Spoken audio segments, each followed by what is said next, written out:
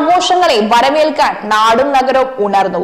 കച്ചവട സ്ഥാപനങ്ങളും നൂതനമായ പരസ്യ ബോർഡുകളും വൈദ്യുത അലങ്കാരങ്ങളുമായി ആഘോഷങ്ങൾക്ക് തുടക്കം കുറിച്ചിരിക്കുകയാണ്. ഓരോ വർഷവും വ്യത്യസ്തമായ മാർക്കറ്റിംഗ് തന്ത്രങ്ങളുമായിട്ടാണ് വിപണി കീഴടക്കുക എന്നത് ഓരോ സ്ഥാപനങ്ങളെ സംബന്ധിച്ചിടത്തോളം വളരെയധികം മത്സരമേറിയ ഒന്നാണ്. ഇതിൽ പുതുമയാർന്ന പല ആശയങ്ങളും ജനഹൃദയങ്ങളിൽ സ്ഥാനം പിടിക്കാറുമുണ്ട്. എന്നാൽ ഇതുപോലുള്ള പരസ്യ ബോർഡുകളും വൈദ്യുത അലങ്കാരങ്ങളും ജനങ്ങൾക്ക് ബുദ്ധിമുട്ടായാൽ എന്താണ് ചെയ്യുക? കഴിഞ്ഞ ദിവസം രാത്രിയിൽ കൊച്ചി ഇടപ്പള്ളിയിൽ ഞങ്ങൾ കണ്ട അപ്രതീക്ഷിതമായ കാഴ്ചയാണിത്.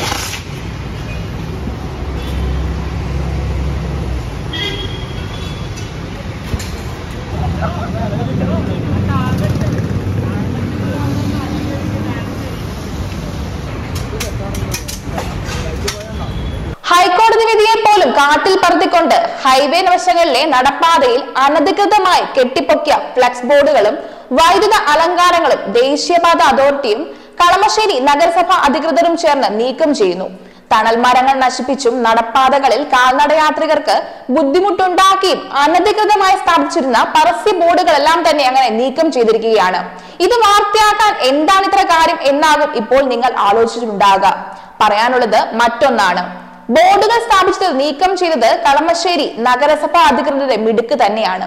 എന്നാൽ ഹൈവേയുടെ വശങ്ങളിൽ നടപ്പാതകളിൽ അനധികൃതമായി പരസ്യ ബോർഡുകളും മറ്റും വെച്ചുകൊണ്ട് പൊതുജനങ്ങൾക്കും കാൽനടയാത്രക്കാർക്കും ബുദ്ധിമുട്ടുണ്ടാക്കരുത് എന്ന ഹൈക്കോടതിയുടെ കർശന നിർദ്ദേശം ഉണ്ടായിട്ടും അതെല്ലാം കാറ്റിൽ പറത്തിക്കൊണ്ട് തണൽ മരങ്ങൾ പോലും ഇല്ലാതെയാക്കിക്കൊണ്ടാണ് കേരളത്തിൽ പ്രമുഖ സ്ഥാപനങ്ങളുടെ ക്രിസ്മസ് പുതുവത്സര പരസ്യ ബോർഡുകളും വൈദ്യുത അലങ്കാരങ്ങളും സ്ഥാപിച്ചിരിക്കുന്നത്. ഹൈക്കോടതിയുടെ നിർദ്ദേശം പാലിച്ചില്ല എന്ന് മാത്രമല്ല, അതിനെ വെല്ലുവിളിക്കുന്ന രീതിയിലുള്ള സമീപനമാണ് ഉണ്ടായത്. കച്ചവട സ്ഥാപനങ്ങൾക്ക് ഒരു ഉപഭോക്താവ് എത്രത്തോളം പ്രാധാന്യമാണോ അത്രത്തോളം തന്നെ പ്രാധാന്യമുണ്ട് കേരളത്തിലെ ജനങ്ങൾക്കും.